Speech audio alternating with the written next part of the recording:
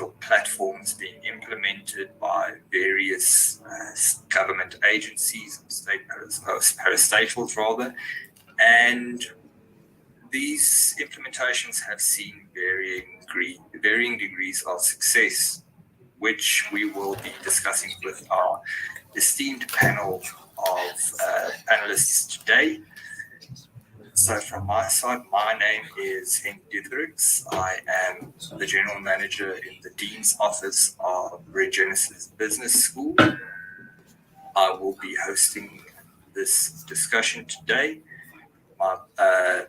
My colleague, Ms. Linda Kutsia, who was initially scheduled to host this session, has unfortunately, due to unforeseen circumstances, not been able to join us today. So I apologize for that, but I do still have a wonderful panel of experts in the field who will be adding a lot of value to our discussion today. So I will start by introducing our panelists. Firstly, we have Dr. Dumiso Khoza. He's a digital native who has extensive knowledge and experience in digital business transformation.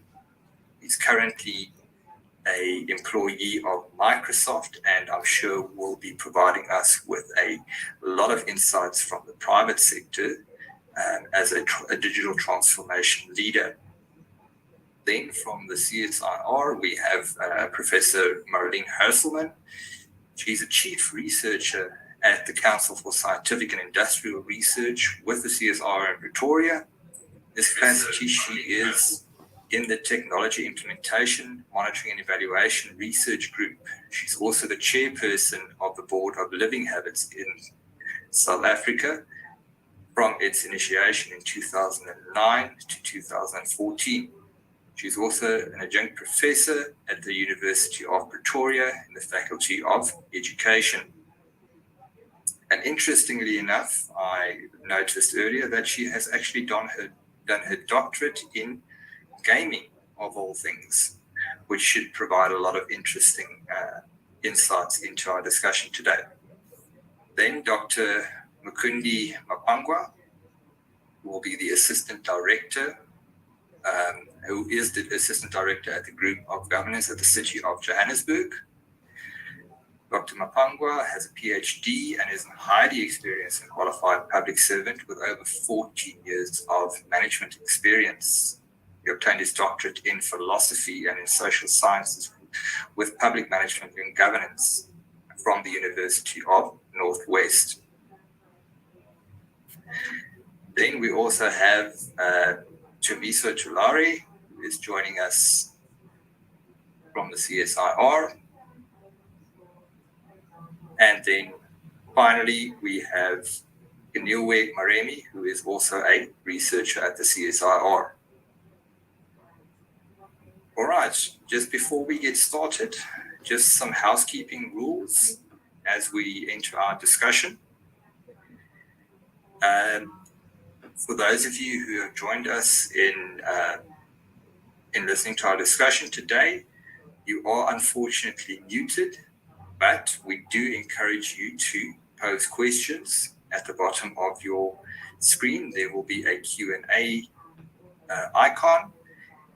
I encourage you to please type questions for us and for our panelists, and I will try and get to as many of them as possible as time allows us. So please, we would like your engagement. We would like to hear your insights and your questions. You may have a lot of questions that I may not be addressing. So please, I encourage all of you to ensure that you are involved in our discussion. And if you have any questions, please post them in our Q&A chat at the bottom of your screen. Right, so from our side, I would like to get started by having a quick overview of what is currently happening.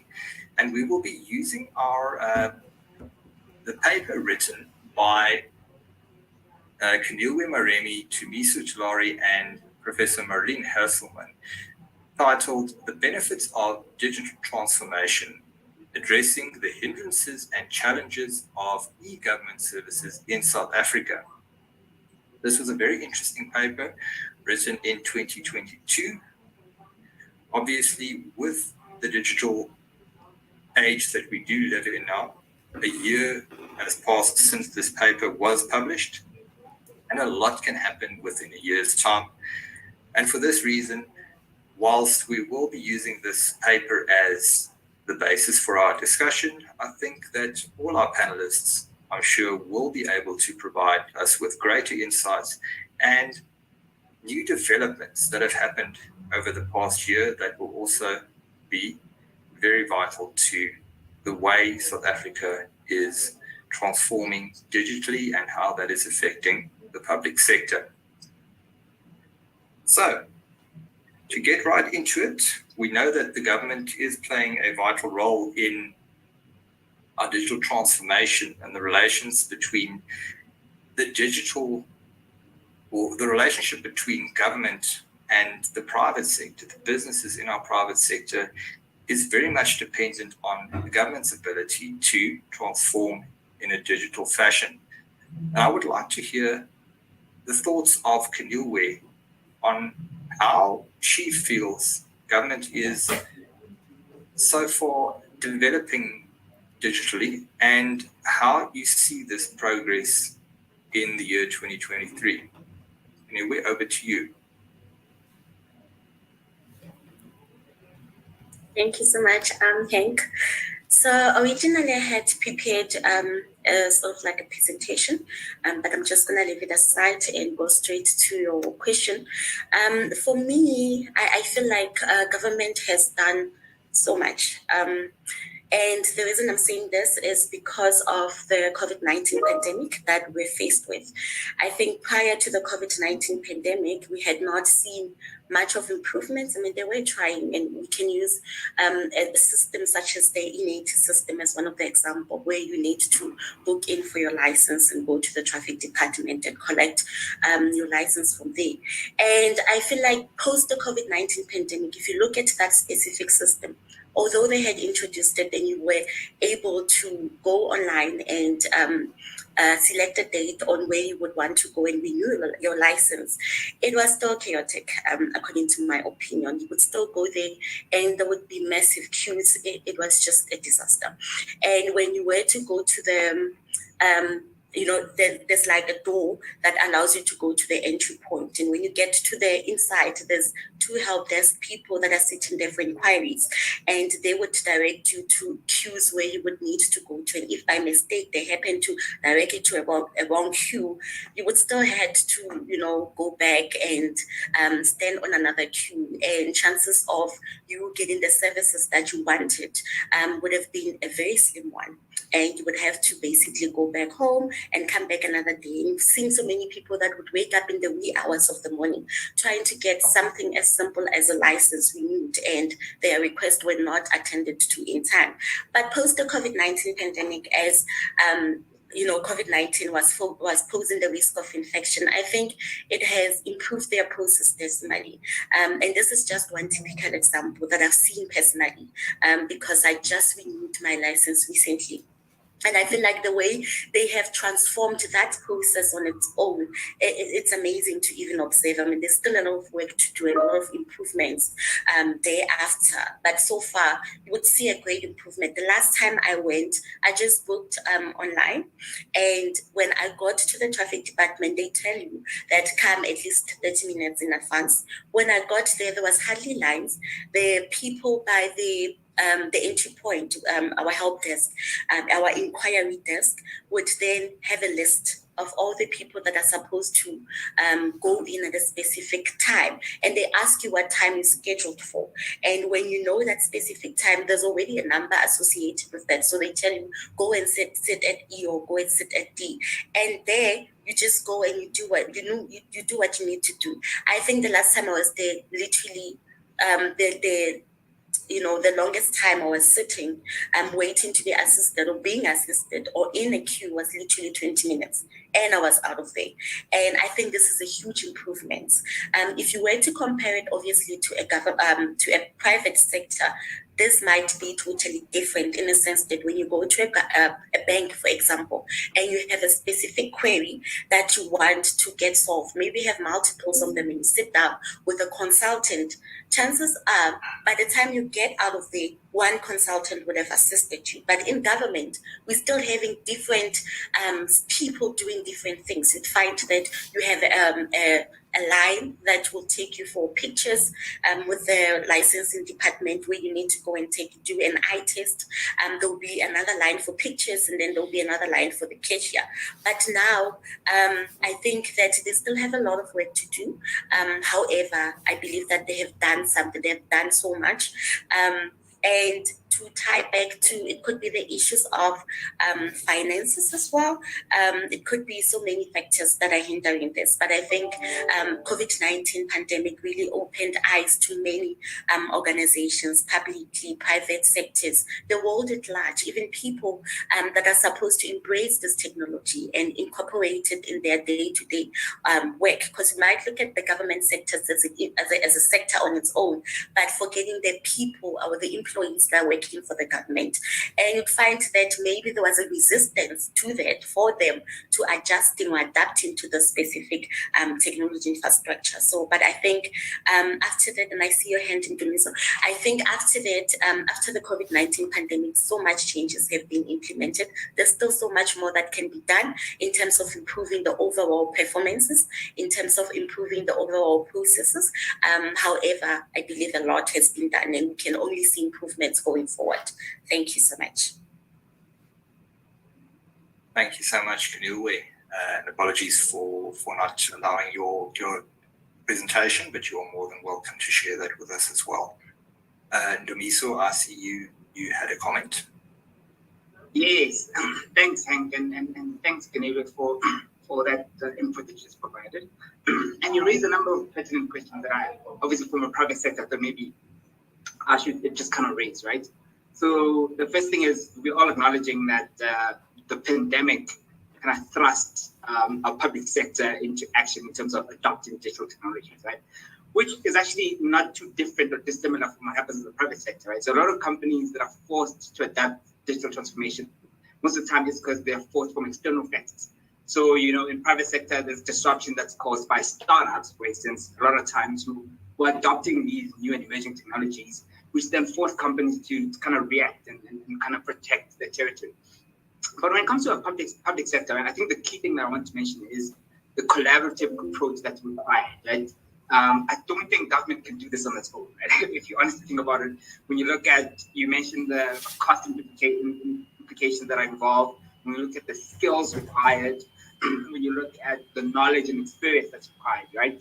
I think it can only win, government can only win if it collaborates with the private sector, if it collaborates with other government departments. And then through that, then, you know, start taking advantage and leveraging some of these capabilities.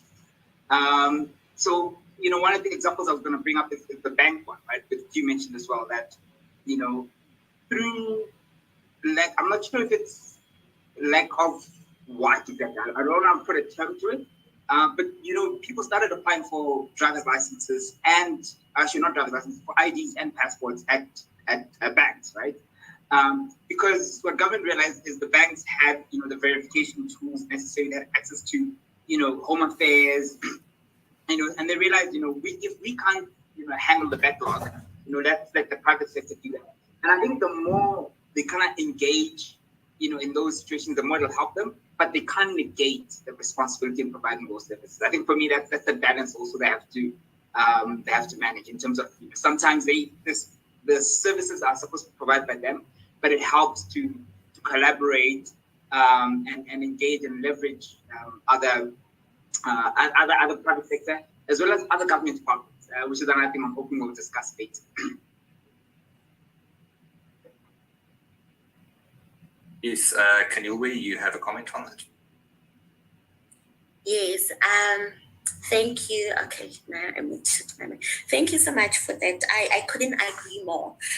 In a sense that collaboration is very important. In fact, it's key. If you look at, I think the government has I don't want to say sort of like but I think they're protective in a sense that the major problem that I also see in addition to collaboration would be interoperability, whereby it's sort of difficult to allow certain entities or factors or other organizations to interoperate just integrate with them. And I think it's mostly tying also to legacy systems, and also tying to a whole lot of, the norm, being used to the norm, being used to how you engage, being used to how you operate each and every day. But collaboration is the perfect idea that you could have mentioned. I think so many government entities are also seeing the importance of actually partnering with private sectors so that we can take South Africa forth.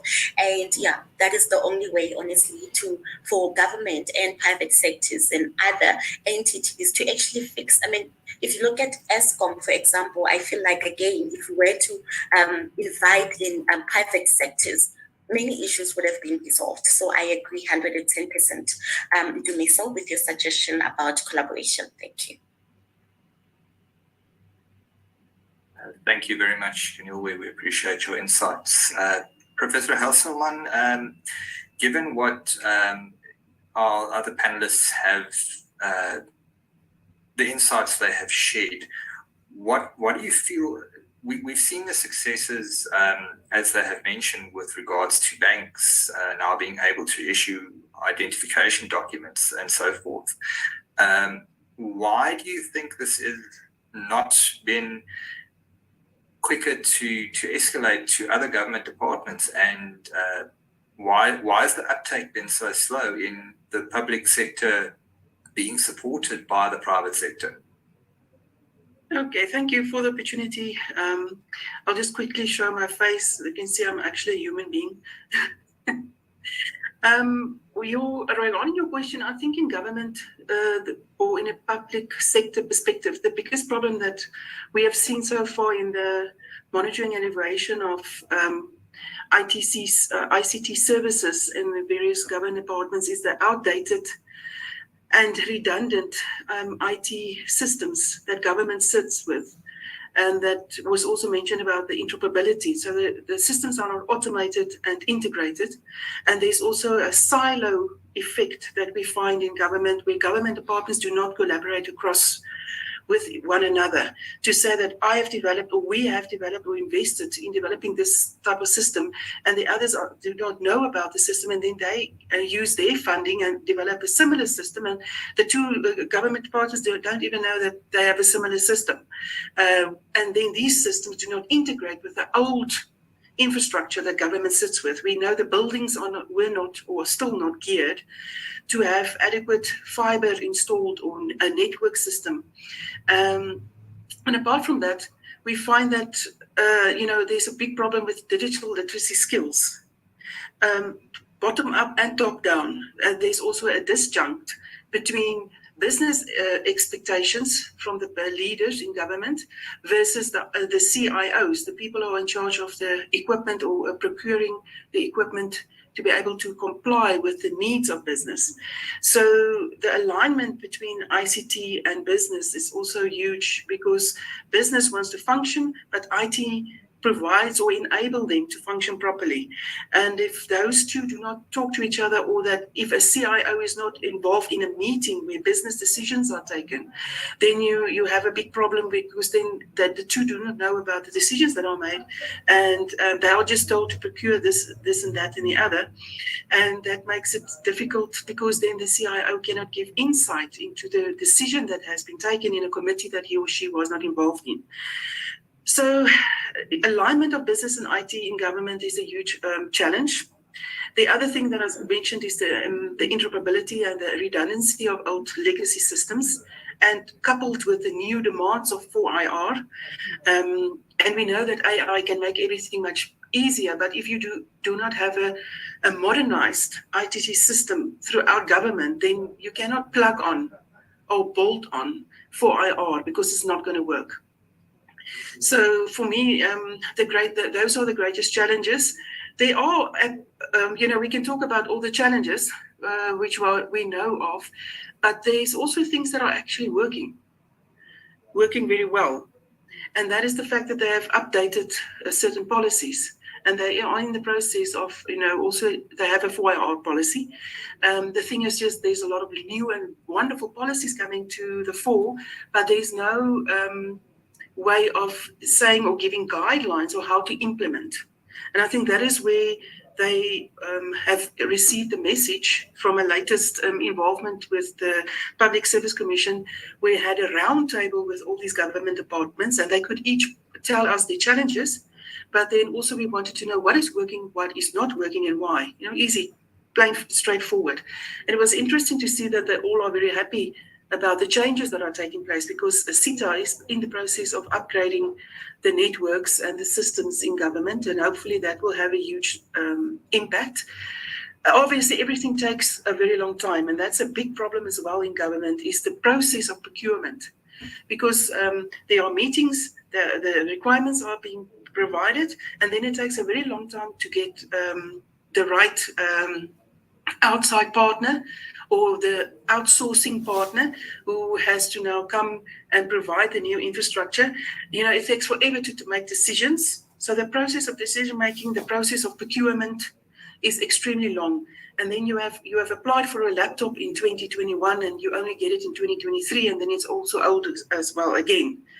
So they are looking into the processes of procurement and to streamline this and to allow government departments not necessarily to work through SETA, but go on their own and procure systems. So that will make a big difference, I think. And I think that is what I should commend government, is that they really want to make a difference. It's just that they sit with a lot of challenges also at leadership level, where they have appointed people who are not ICT inclined, to call it that way, or they're not aware of the benefits, or that if they are aware of the benefits, they don't have the knowledge or the expertise to make decisions regarding ICT services and hardware and software to support the delivery of services to the public. Also, they have now launched a new portal, but the biggest problem is the thing of trust from your normal citizen, because they don't trust government. So how can they then trust the systems to put in the information or to ask information? So the thing of working with digital literacy with the citizen, coupled with the trust that you need to imply as part of your service delivery, that those are also issues that needs to be addressed, and they're currently working on that, and I know for a fact. Then there was also this big thing of sharing of data between government departments, and the hackings of cybersecurity on Department of Home Affairs that we are all aware of, how to prevent that. So government are aware of all of these issues, but the thing is that they now need to put some steps into place to address all of these things that I've mentioned, and also make sure that the process of delivery of the need to address the needs of the citizens are actually streamlined, and building blocks are put in place to make this easier, quicker, and more efficient. Also, if we look at the success of SARS, SARS systems are really above and beyond, because what they do is, I think, something that the other government departments also are considering, is to use newly graduated IT students who have to support or provide support to them to develop these systems. So you have that pipeline that you're bringing new blood and new ideas, and some of them are then selected to become part of the staff of SARS. And SARS also use a lot of outside partners, private sector partners, that assist, to assist them with this, to assist them to improve these systems and to improve the cybersecurity problems or hackings. So there's a lot more I can say, but I think I've already said enough. I give over to someone else to maybe add or request other information.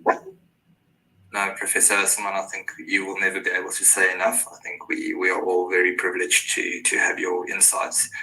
I think just from a from somebody who is currently working within government, Dr.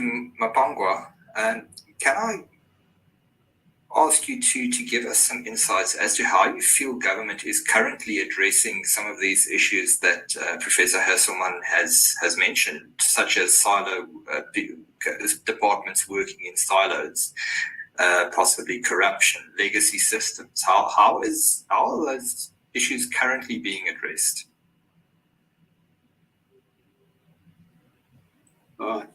Thank you very much, Hank. Well, yeah, indeed, some of the issues that have been highlighted are exactly what is happening.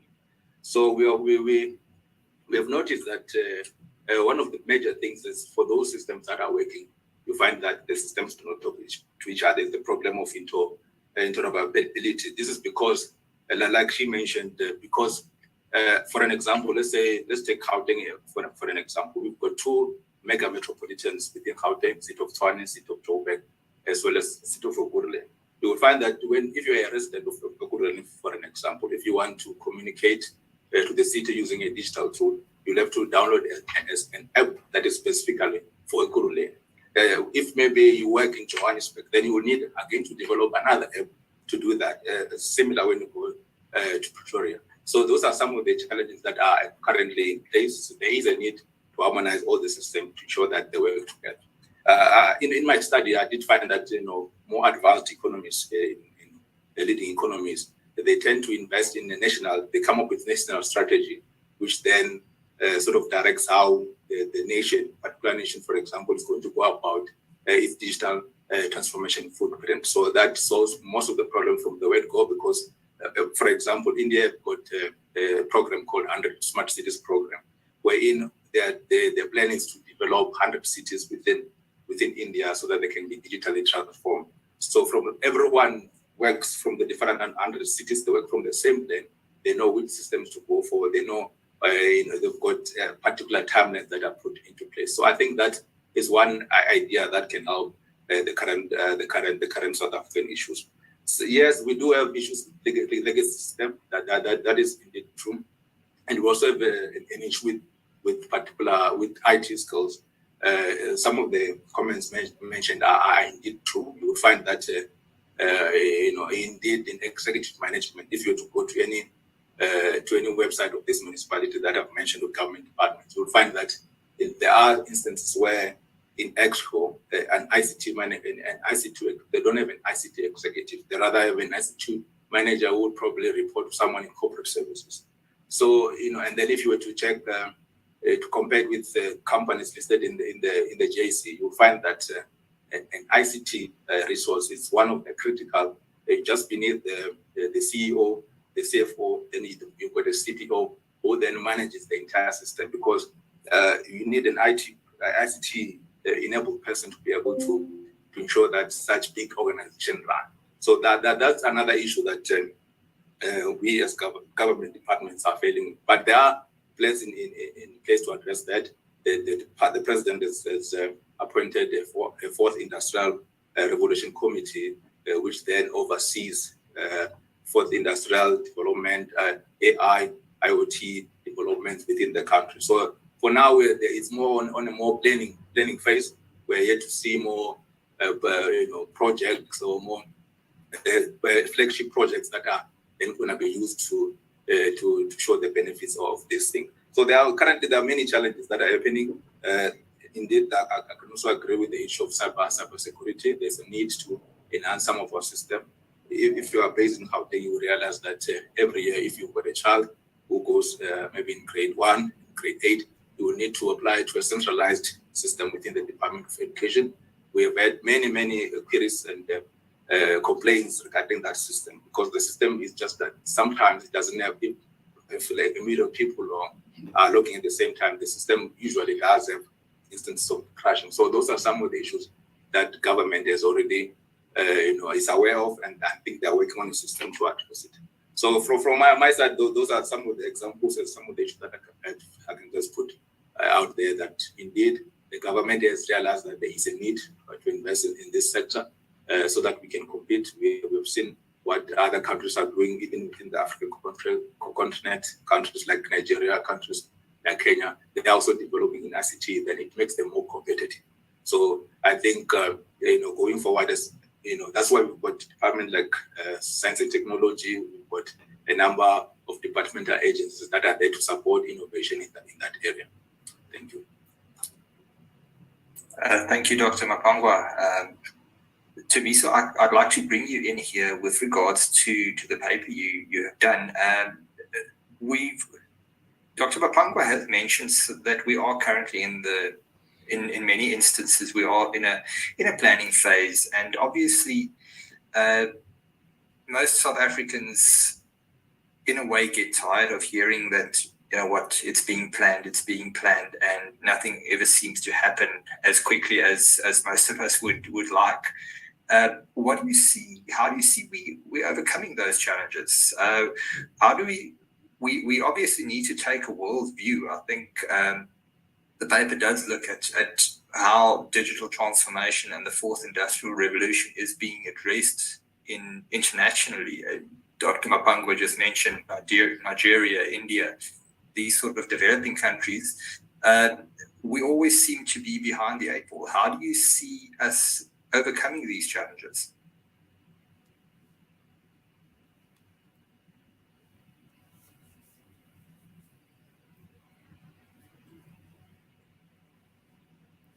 Thank you. Sorry for the late delay. In my best opinion, or personal experience, all these elements that make up or are components of digital transformation, I believe that we need to view them in an ecosystem way, if I could say that. So the people, the technology, the strategies, the organizations, individually, yes, they are important. And I believe that working as one or as an ecosystem, it will really push up our speed in implementing digital transformation in the government. And it will also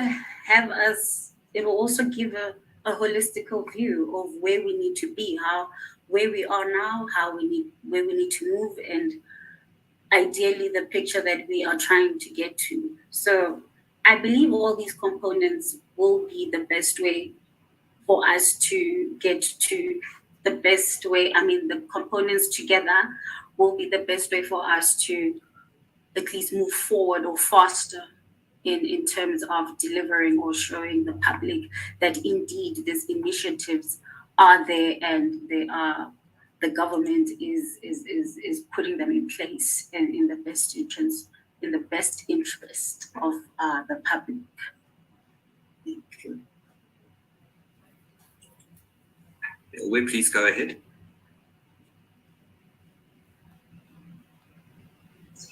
I'm not sure. Am I given the go ahead, Hank? Yes, please go ahead. Thank you so much, Hank. I just want to add to what Thumiso is saying. I think that, and I like to make the COVID-19 pandemic as a typical example.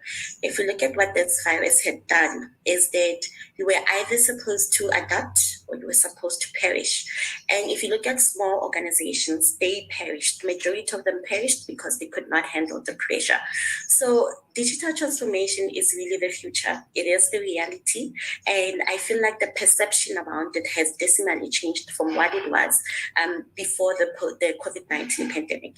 During that time, because face-to-face contact was posing a risk of infection, technology was the only way to ensure continuity and to ensure that people are keeping in touch for social reasons and to communicate. It was the only way to ensure continuity. So I feel like the way forward is now to see it as a priority. It now has to be priority. It's not something that can be put at the back end, and something that can be planned for later. And what I really like after Mr. Mapangwa spoke is that they acknowledge all these issues that were were put on the table by Professor Mani. And he also even tied to other issues that we don't even have insight of since all he's working in the government sectors. But what I really like is that they say they are putting plans in place. Now, the danger is that for so many years, we've been hearing about plans to do this, plans to do that, but it's hardly instances where we would see results. But I feel like now, after the COVID-19 pandemic, as it had really opened up our eyes to not just the government, not just other organizations, but the South African citizens at large, seeing how this digital transformation or the COVID-19 pandemic came in and disrupted our lives, and now we had to adapt to technology very quickly. Otherwise, we would just be lost in the mist. I feel like now it will be more of a priority. The priority then would mean that we need to then put in more money, more budget for it. We should not be having any excuses to say there is no finances, there is no budget. I think then we need to be more acceptable. The government has to be more acceptable to interoperability, as really working in silos is really causing a lot of problems. And that's why we're having so much, this person is doing this and this person is doing that within the same traffic department, for example, but the one person cannot do everything all at once, because now the systems are not even communicating. There's one system to capture pictures, there's another system for paying, there's another system for this and that. So I believe that putting in a lot of budget, making the strategy as well as the vision of digital transformation very clear to the beneficiaries, to the government, to everyone, everyone that is infected and affected by this digital transformation is the way forward. Thank you.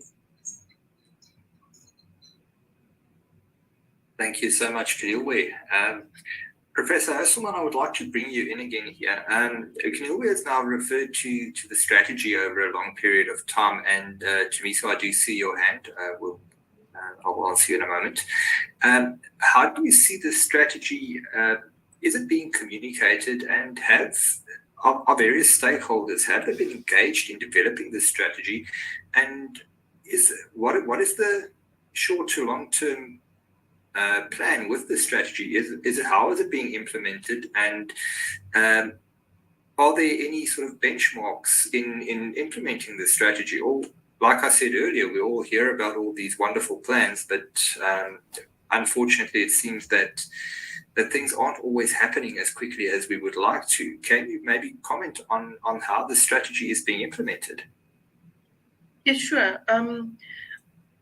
So they are, since the national e-government strategy and national e-government strategy and roadmap document was gazetted in 2017, not much has happened. But the last few years, I think what Kaniilwe also said about COVID-19, it forced government to relook at the services they provide and how these policies can be put in place. I just also want to mention, before I talk about the policies and the strategies, that last year the United Nations every year has an e-government survey report that they publish, and in 2022 South Africa was the leading digital transformation country in Africa. So I think that's commendable. So if you think how many challenges we sit with, can you imagine how many challenges the other African countries have to deal with? So then also, another thing I didn't mention was in November 2022, government published the governance of ICT policy framework to address performance shortcomings. And this is also linked to the various policy frameworks, the King IV Code and the COVID 2019 that's dealing with governance. And this framework is supported by implementation guidelines and templates that are issued or have been issued by the Department of Public Service and Administration, by DPSA.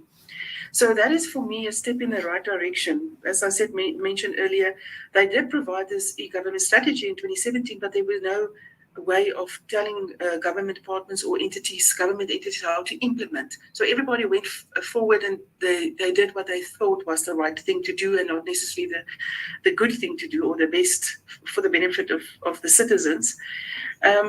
So yeah, that is for me a step in the right direction. that is, I think, also based on the output of the evaluation of how this e-government strategy was implemented in government. That was done in 2020, 2021. We were involved in that. Obviously, very sensitive information was shared there, which I cannot always mention, but the bottom line is that there was a problem with the culture in government as well, with people who do not want to upskill themselves, and leadership who, like I said, didn't have the adequate educational background to be leaders, number one, and to understand how IT systems can be an enabler to improve government systems. Apart from that, also, they are currently working on a Digital Government Act, which is being developed, and the process of a green paper has started. And there's also an integrated financial management system that will soon be replace legacy systems to modernize technology. So this is what Keneilwe also said about the funding. All these new initiatives, I think, is moving government forward and allows us to be positive going forward. I don't know if I've answered your question, or but I can also say that I think the thing of culture, change management, is really a huge important thing to focus on, from leadership down to your public servant, and to get rid of corruption in government, because there is a lot of corruption, and not necessarily at the high level, also at the lowest level, where they see sort of, if there's a tender or there's a system where you have to put in a document, and then the public servant will crash the system because he or she doesn't want to work that day. That is, for instance, an example. Or if people have to provide documents, then this person will ask 1,000 rand to streamline the process, and he or she puts that money in their pocket. So there's a lot of corruption also that needs to be addressed, and there are government departments that have made examples that people were not even aware that they were investigated until they were exposed. So there are good things happening, like I said, and I'm sure we can be more positive about the future and how IT can be used as a support mechanism. It cannot be replaced. It cannot replace people.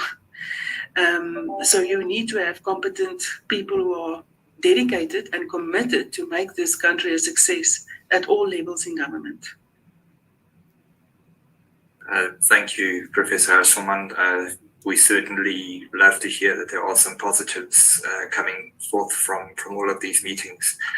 Chimiso, you've had your hand up. Thank you, Hank.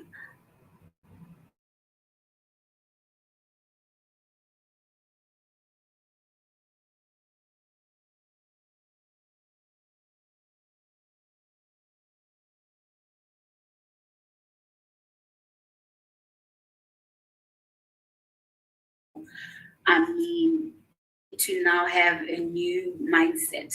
We need to have a digital mindset. And once that is in place, and a common vision and understanding of how our e-government programs should entail, especially in removing these silos between government departments, then we would be able to move quicker and realize all these e-government program initiatives. Thank you. Yes, thank you, Chimiso. Mukundi, Dr. Mapangwa, I beg your pardon. Thank you very much. Yes, I just wanted to sort of also mention that although, yes, there are some of the challenges that have been outlined, and there's some planning that is happening, but there have been some wins that the government has developed. Yes, during COVID, it sort of accelerated the process, but you would notice wherever you are, government is making sort of the market environment conducive to allow in private sectors to come into the process of increasing digitalization. You would have realized that many government entities or departments or municipalities in particular, they're also increasing access to broadband, access to Wi-Fi to people who previously would not have access to such things. So, so when they go to their nearest clinic or service station or service center, they're able to access some of the services within those centers of government. So that we do have, centers where if you go to your local municipality, they will provide you access to tools that will enable you, to participate in the digital, dispensation. So we have had programs that have been successful with the national department. They've developed the integrated financial management system. We've got projects that SASA were in. It uses biometric technology to manage social grants. We've got programs at Department of Health. If you were to go to clinics within the city of Joburg and Ekurhuleni, you get what we call an e-health file. So there's no need.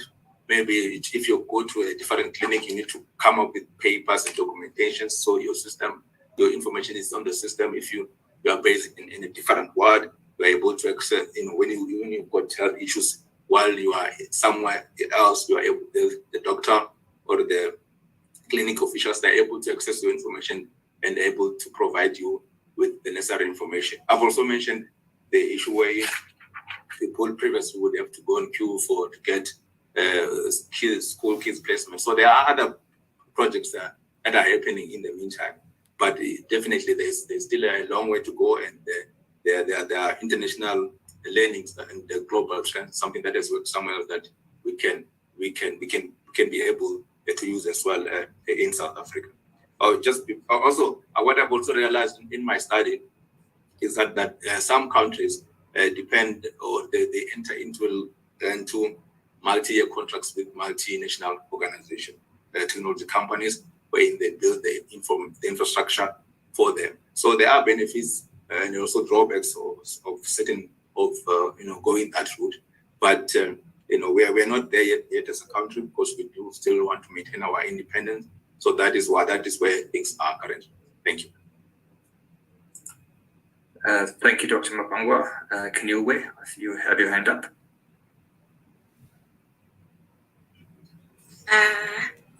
Thank you so much, Henk.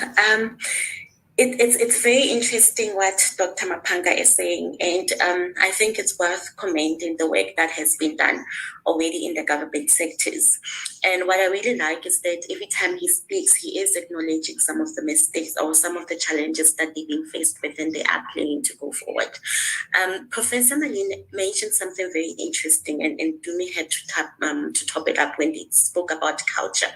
But I feel like there's one thing again that we should not even look, we should not overlook, which is the issue of, change. Change is a very important part of digital transformation. And if you look at, again, the bank, I like to use the bank because for me, I feel like it has its day as compared to government sectors in terms of technology. If you look at what has happened prior to the pandemic and post to the COVID pandemic, people were being retrenched at that time. Now, if you look at the government sector, it's hardly a case whereby people would be retrenched. Even if the government is not doing well, they never really get rid of their employees.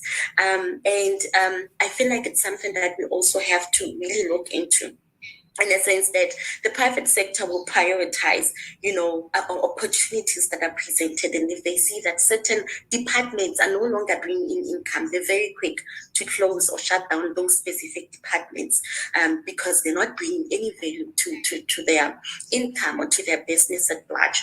But if you look at the government sector, they have a history of, keeping their employees up until retirement stages, which is why so many people would really love to work for government.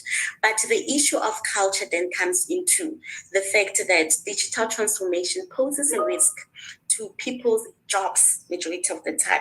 And the reason I'm saying this, if you go again to the private sector and you look at a bank, for example, in the past we used to have long queues where there was different tellers. And you would go and queue there. Now we have ATMs. There's hardly tellers. So what happened to those employees? Chances are they'd be placed somewhere else, or they really did lose their jobs. So I think also the reason people are so reserved in a sense of embracing digital transformation is the fear of being, relevant. The fear of, will I even have my job tomorrow, or is it going to be replaced by a system? Thank you. Dumiso, I see you've had your hand up.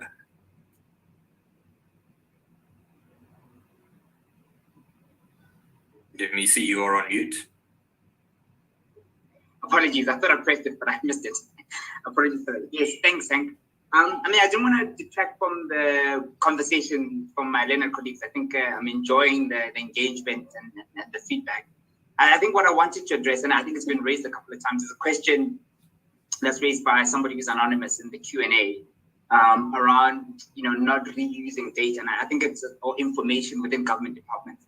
And I just thought it was something I'd like to address, right? Because it's something we talk about all the time. And I think our Leonard colleagues here keep mentioning the word interoperability, right? And it's something we talk about from a Microsoft point of view as well a lot, because it's amazing how many times you go to different government departments who are having similar challenges and keep building siloed systems, right? Which to solve the same problem, which sometimes it defies logic, because you realize there's a great opportunity to leverage on each other's systems, creating open platforms or shared services, right? Where, and I'll give you a typical example.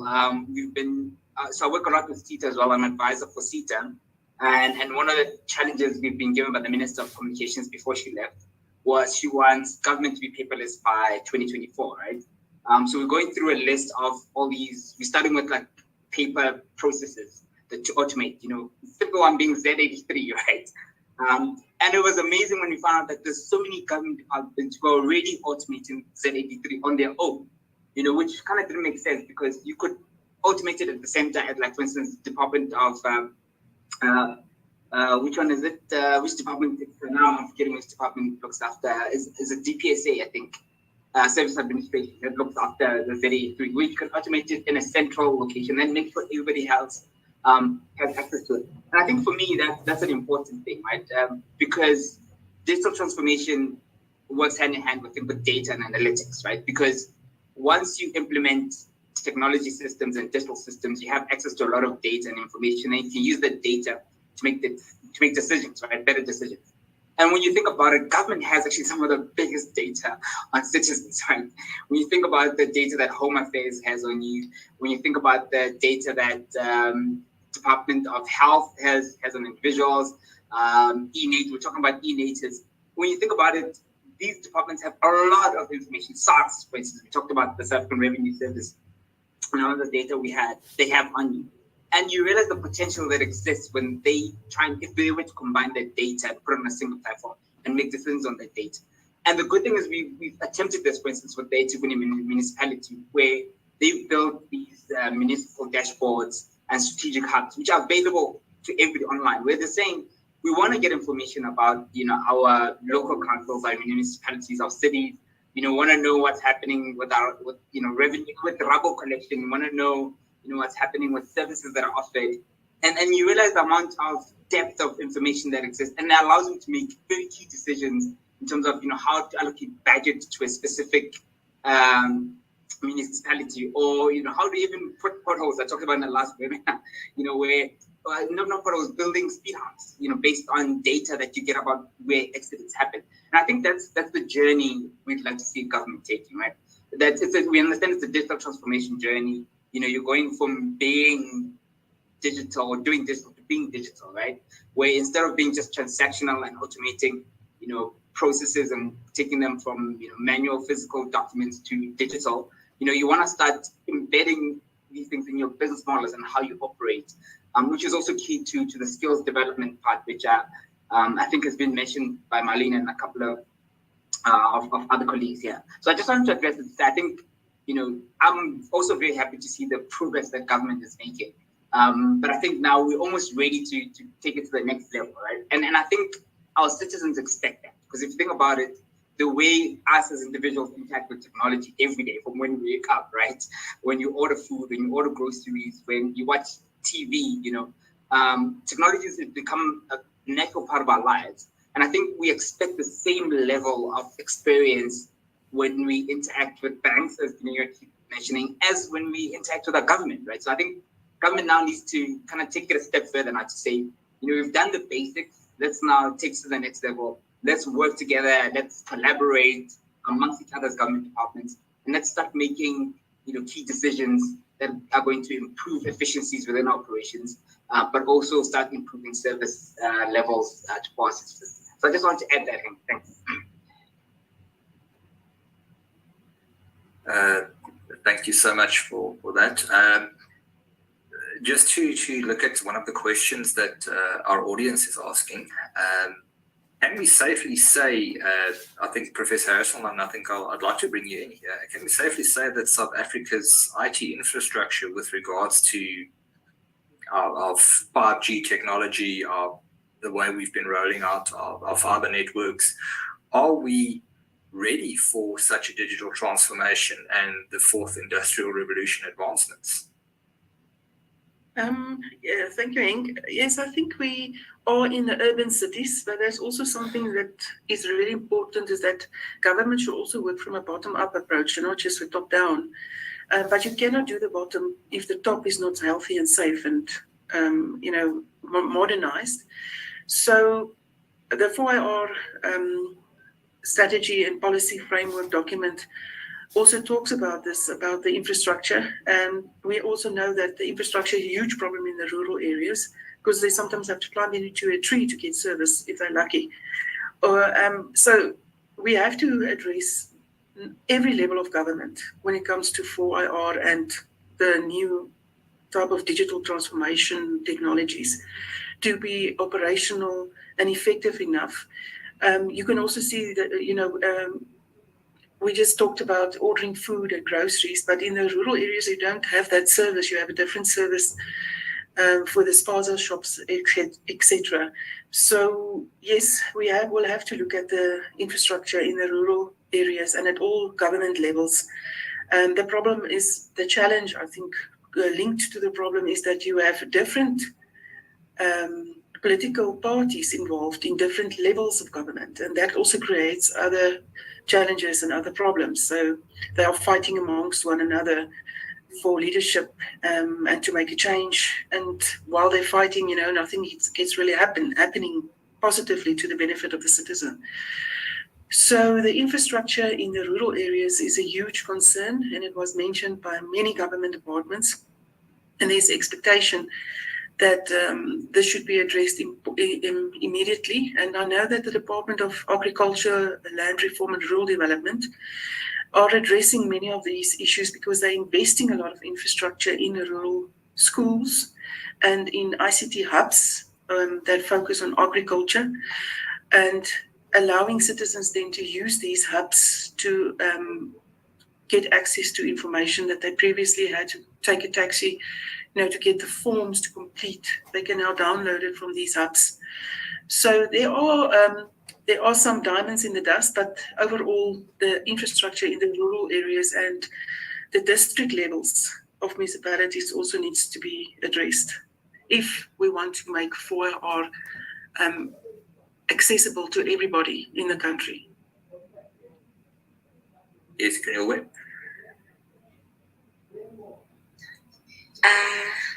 Thank you so much, Henk. Marlene raises a very important point, specifically about the rural areas. And if you look at what the initiatives that are being implemented so far, even when the government is trying, whatever small infrastructure they would try to implement at rural areas, in schools, in health, regardless of what sector, the efforts that they try to put in to try and bring them to the digital transformed or the urban area world, to just try and teach them and change pedagogical skills and equip them. Majority of the time they go in vain, and this is because of digital transformation then opens the problem about then poverty, about not having job opportunities, and now we're having an issue of theft where people are just stealing all these initiatives, and then we just going back and forth. We are implementing, the government is implementing, and the citizens are just taking. So I feel like also involving the community when you want to try and better them and improve them. It's important to involve the community, have community engagement, let them know about this initiative and what benefits it's it's going to give them, and hopefully that will reduce the issue of theft. I wanted to, when Dumiso was talking, because he made an example about Home Affairs, and I remembered that, when I went to the Home Affairs and was going to sign for my marriage, it was funny enough that when I got there, this is a Home Affairs that issues ID cards. They are responsible for everybody's identity in South Africa. But when I got there, they wanted an ID. And I'm like, why do you want an ID? They said, come with your ID, they're going to make a copy. And I felt that we can present our IDs everywhere else if possible. But why the bank? Why Home Affairs? Because they issue IDs. But we did bring in our IDs. But in my mind, I'm thinking if the Home Affairs was digitally transformed, just putting my finger on a device, it should have put in my identity. So yeah, I just had to share that specific story. Thank you.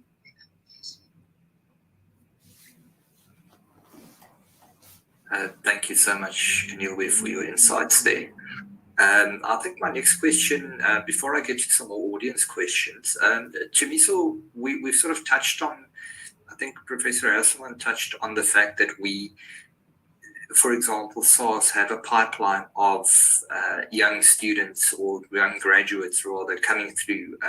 How are we addressing skills development in the way we are digitally transforming? How are we addressing the shortages that we're experiencing there, and what can government as well as the private sector do to improve matters in this regard?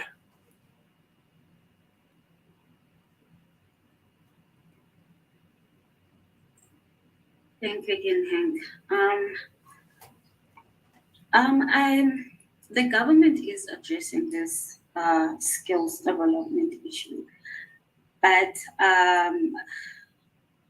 personally, I feel maybe it is gone about the wrong way.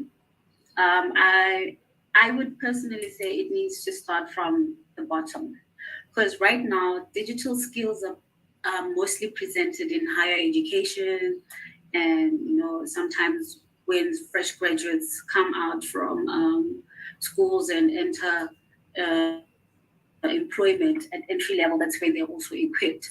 So I believe that it needs to start from, if possible, elementary. It needs to start from the down basic until we get to the level where these graduates or individuals are at a working level to implement these skills. So I highly suggest that government and higher education start looking at this in a different way, if not already done so. But I think that would be the best way to go about giving these individuals the skills and equipping them so that they can better improve the South African economy and themselves at large. Thank you. Thank you. Dr. Mapangwa? Thank you very much. No, I just wanted to also weigh in on this question to say that indeed there are a number of programs that government, although I don't speak for government, I just know because I'm aware of these programs, and then from time to time, they go through. I do go through them in my work. So there are a number of programs that the country is doing to address ICT and wider skills development. The Department of Communication and Digital Technologies, for one, they've got a national digital skills strategy, which aims to address the gap in the ICT. So they've got a number of internships, learnerships that every year, if you were to check any recruitment website or any government website, you will see that the government absorbs a number of students throughout the country for specific programs within the different departments and entities and provincial government. There are also programs from the Department of Higher Education and Training. I think they call it the Centers of Specialization Program, which focuses on specific training in vocational areas that are aimed at addressing the skills challenges. There's also partnership with maybe Mr. Koza, Dr. Koza will know, with other multinational like Microsoft and Cisco, Google that enables anyone really. If you go to any Ekurhuleni library, when you get into the library, you will see there are always placards on the library, on the communication center of the library, where if people want to learn skills and ICT skills for free, they are able to enroll for such programs, and then at the end of the program, like through Google, you can get a certificate of some sort. So there are a number of initiatives that are there, and some of them are indeed being communicated by the respective government departments and entities. Thank you. Thank you, Dr. Mpangwa. Professor Russellman? Yes, thank you. I just want to add to that, that government is also currently looking into improving the salaries of IT staff in government, and so that they are more on par with the private sector, because what private sector does, as soon as there's a very competent and agile person working in government, they are snapped up because they are offered a better salary. So that is also a concern for government, and they are going to address this by relooking the salary scales of IT professionals in government. And so they want to also have ICT specific or specialized positions, so that these positions can then support all the government departments. They have also talked about developing homegrown systems to look at developing innovation within government, and using the students also for that, and also link with places like the Innovation Hub. So they are considering all these possibilities of recruiting and developing and retaining an agile and multidisciplined, highly skilled staff or workforce that will make a difference when it comes to decision making. And there's also a drive to upskill government officials internally, from the bottom up to the top down, based on this skill strategy that the DCDT has published also last year. So yes, that is the things that I'm aware of that are happening. Thank you, Professor Russellman. That's certainly very positive news. I think we all are aware of the challenges with regards to salary scales. Dr. Khoza, I see you have your hand up. Yes, thank you. And actually, it's not Dr. Khoza, it's still Mr. Yet. I heard you earlier. I didn't want to correct you. I think you just conferred a doctorate on me. Sorry about that. No problem. I just want to once again support, I think, what Marlene is doing. Personally, the skills development initiative is something that's key for what we're doing, and we think it's key for government's digital transformation, right? Because I know that one of the two key things that digital transformation is not just about technology. I think maybe I'm preaching to the converted here, but just to let our audience know, it goes beyond technology, right? It goes into having a digital culture, having things like a digital strategy and a way of working. And yes, key to having a working digital transformation is having a proper digital strategy, but also having those key skills and knowledge. And one of the challenges we faced, and I think Marlene mentioned this or touched on it, is it's even at the top level how the decision makers and the key stakeholders don't even understand what digital technology means and the impact that it has on government, right? So communication part, from a Microsoft point of view, that's how we handle it. We handle it both from a top down and a bottom up. From a top down to say, and I think I'm not sure if Jimmy or who mentioned these things. There's a lot of initiatives, policy decisions being made. For instance, one of the things that's been driven recently is called the Cloud Directive, right? Where the DPSA and CETA have issued a directive to say government departments are allowed to go on cloud, to adopt cloud technology, right? But we realize just having a policy directive or having these legislative decisions or regulatory decisions doesn't have the impact. So sometimes you have to actually physically teach people and give them the knowledge and the education. So there's a drive that we run with some of the senior stakeholders in government in terms of impact of these emerging technologies like AI, ChatGPT recently is the buzzword.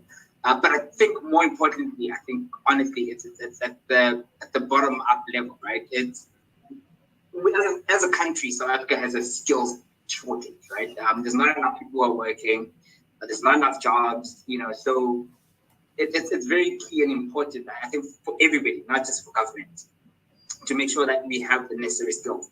I know why SARS wins when it comes to this, because SARS is one of the few effective revenue generating government departments. Right? So it's kind of easier for them because they have these big budget digital transformation programs because they have a direct impact on their operations and how much revenue they're able to generate or collect from citizens. So they see a direct correlation.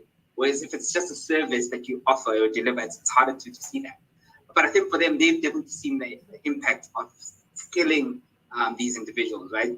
We actually driving this from a CETA perspective as well to say, to empower government departments, to empower municipalities, to empower cities, they also need to have some of these development or these key skills, right? To develop some of these key skills. One of them we've identified is cybersecurity, right? And I think Marlene mentioned this as well, is we've had a lot of, cyber attacks that happen to some of our government departments, some known, some unknown. And obviously that's always the risk, that the more you go digital, the more you adopt technology, you are susceptible to some of these attacks, right? So it's important that government, and in South Africa in general, by the way, there's a lack of cybersecurity resources. So there's an initiative we're driving now to start building these cybersecurity centers or, centers of excellence, which is definitely key. But I think overall is having these digital centers of excellence and developing some of these digital skills, I think will definitely always be important to the success of government's digital transformation. I see Dumiso's got a hand up, so I'm not sure if you want to acknowledge him. Yeah, sure, Dumiso, go ahead. Yeah, it's more of acknowledging what you're saying, Dumiso. I totally agree with what you're saying, and for me, it's these skills initiatives and development should not be just the one-off thing.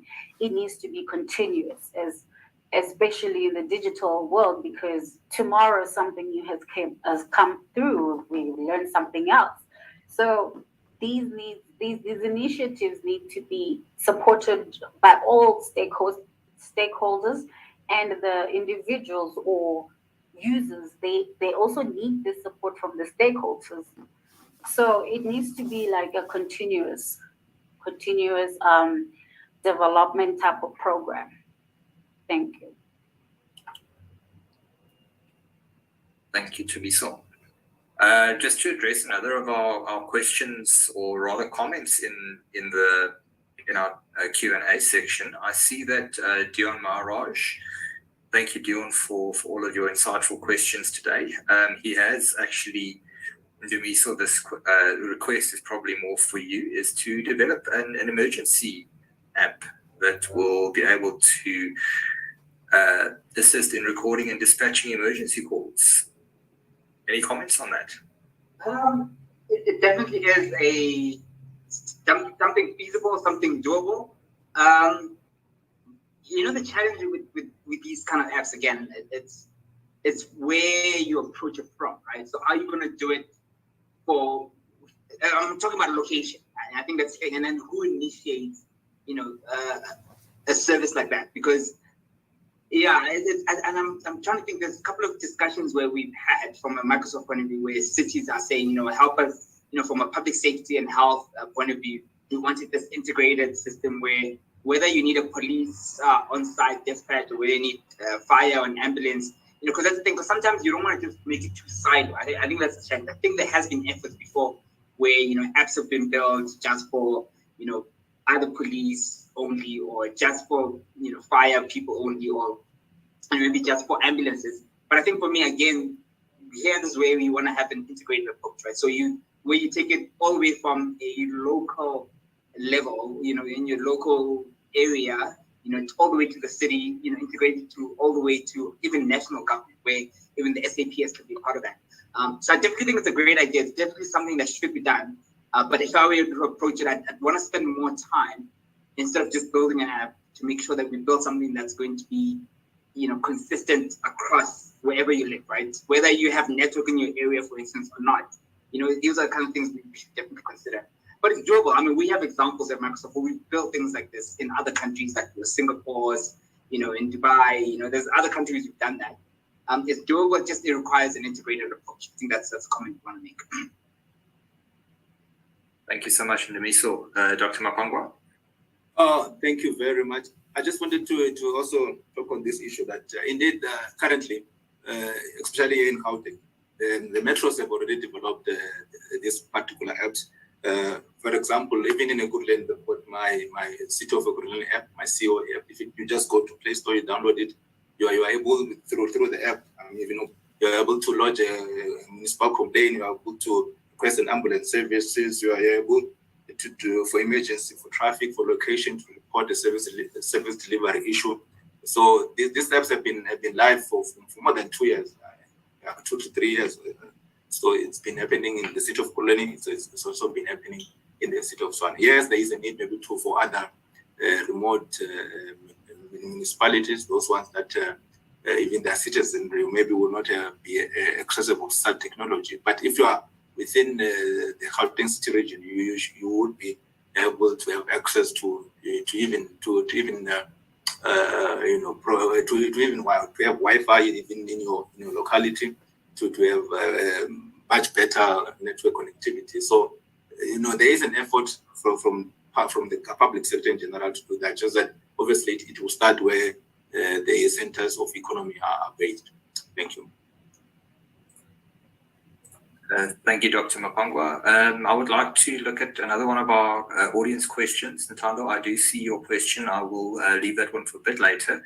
I see that one of our anonymous attendees has asked, digital literacy and the lack thereof in terms of technology infrastructure is a very serious concern in South Africa, in our schools specifically. How can the educators integrate technology and the curriculum as part of the digital transformation while they are not well trained on the use of IT tools? So specifically addressing perhaps the lack of teaching power or teaching resources in terms of a knowledge base for digital transformation. How do you see this aspect being addressed in schools? Can I ask Thumiso?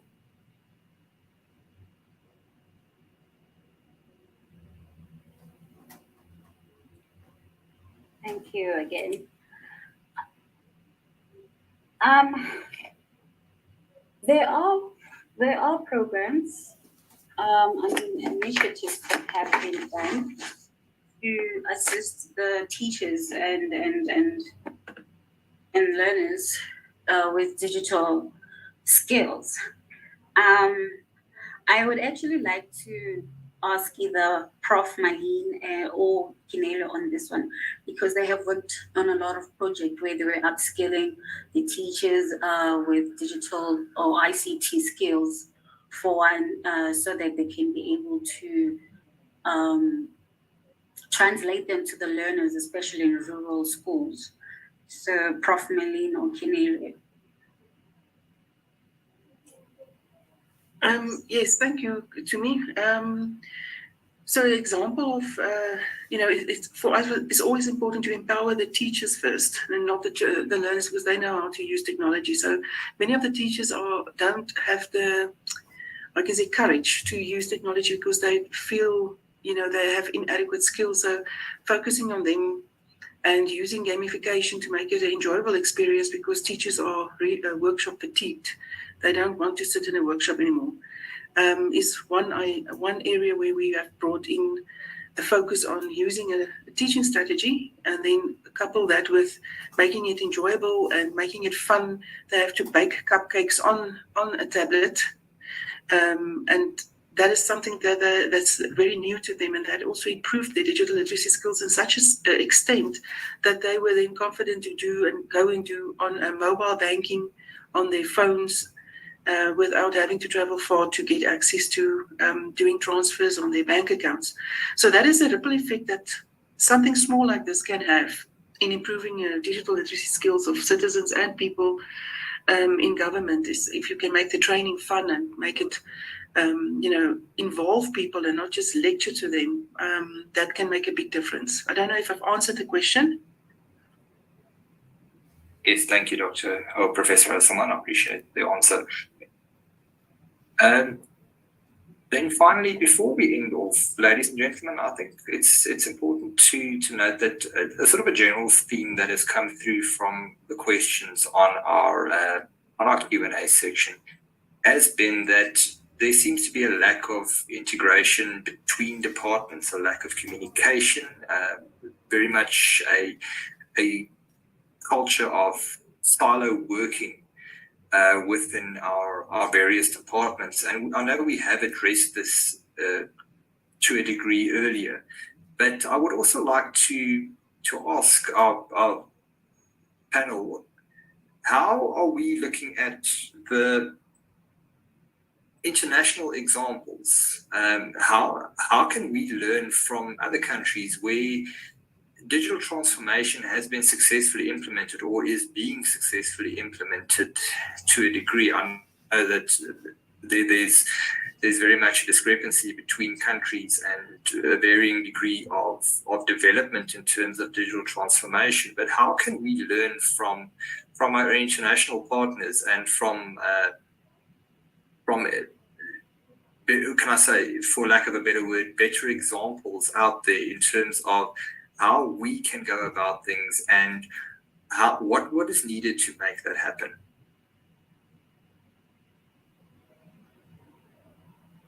Dumiso? Right. Sorry, my mouse is stuck a bit there. So I'll attempt to answer this one, even though it is a difficult one to answer. But this is, I guess, part of my job, right? So as an industry advisor, half the time when we engage with government departments, when they're trying to solve a particular problem, what we normally do is, I gave an example of, trying to go paperless by 2024, right?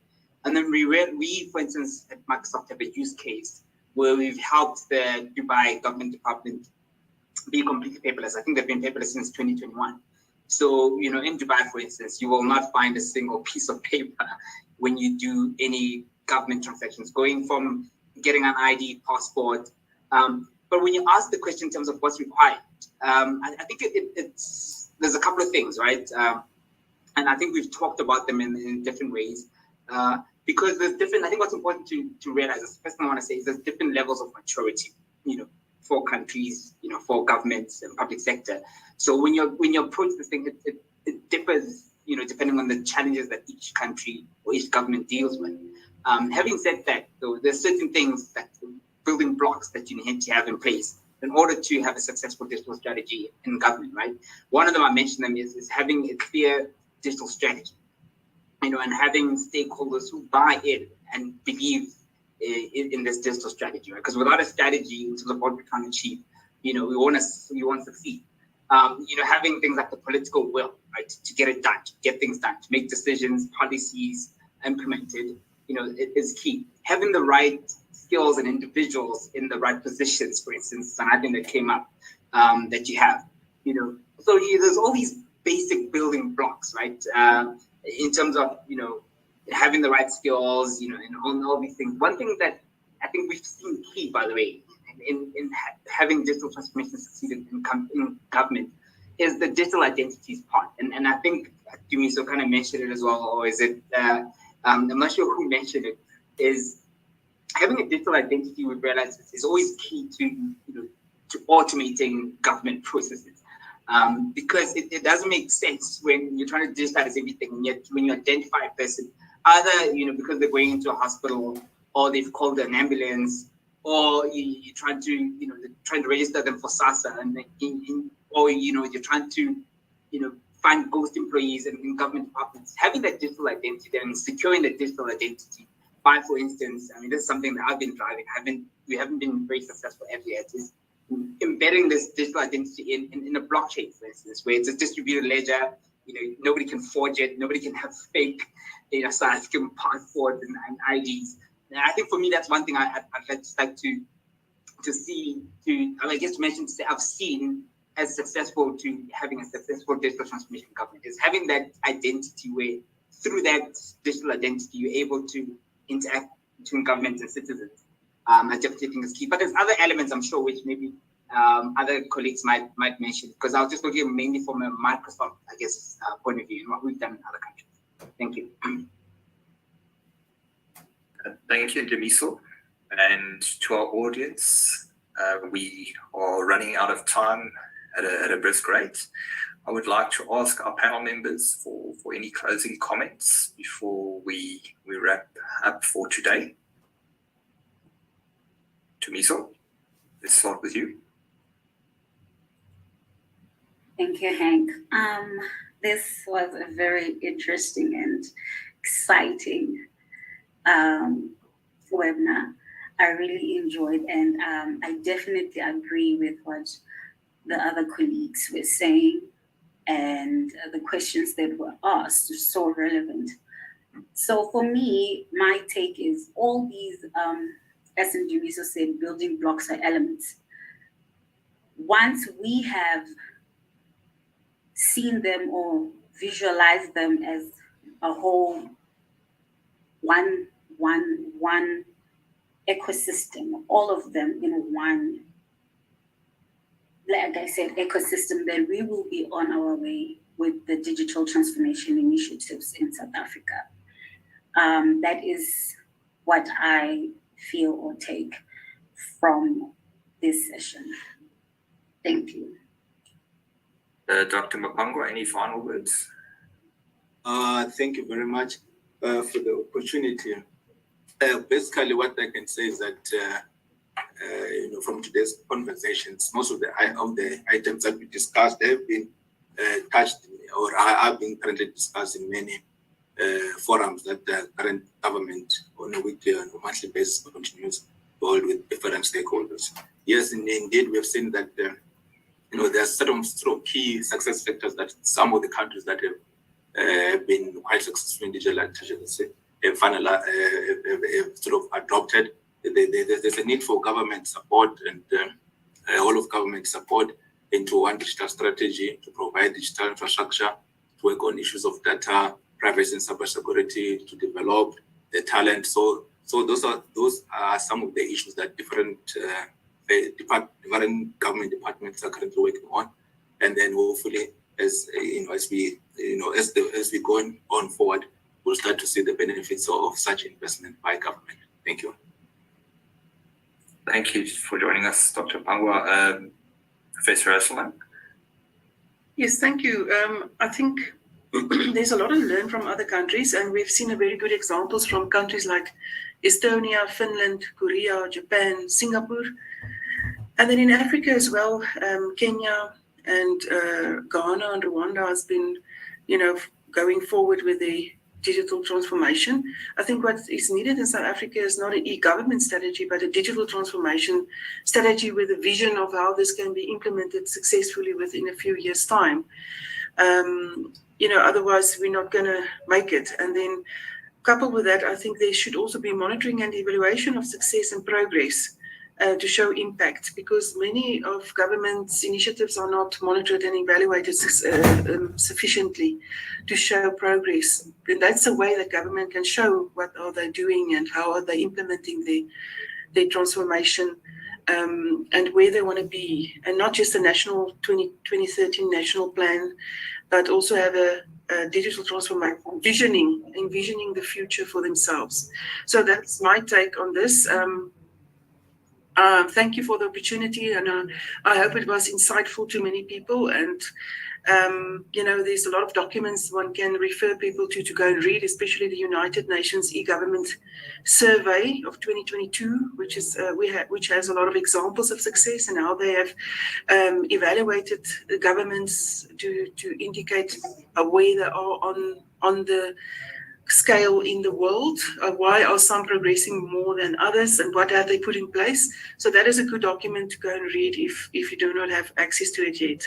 It's freely available on the internet. Thank you again, and it's nice to have conversations like this, because we can see we all have the same idea. We want to make this country a success, and empower our citizens also to feel that they can trust government again. Thank you. Thank you, Professor Esselman. And yes, we will try and put some of the links to some of those interesting papers on our LinkedIn group for those of you who would like to read them. Then finally, Demiso, any final words from your side? Yes, thank you. I think for me, it's just want to thank Regenesis for this opportunity and having these kind of sessions, these webinars, right? I think just keeping the dialogue open between, either private, public sector, as well as academia is always important to make sure that, we keep these things top of mind. I'm passionate about, South Africa. I'm passionate about Africa. I'm passionate about our country. And nothing would make me happier than see it succeed, right? And it takes individuals like us, to try and change the narrative, because everything else is negative. Things are going bad. We see them every day, and it's hard to keep staying positive. So I think I'm glad that we have these kind of sessions where we get to share, these learnings and experiences with like-minded individuals, and hopefully inspire others, right, to help improve our public sector going forward. So I just want to thank you for the opportunity and looking forward to further sessions in the future. Thank you.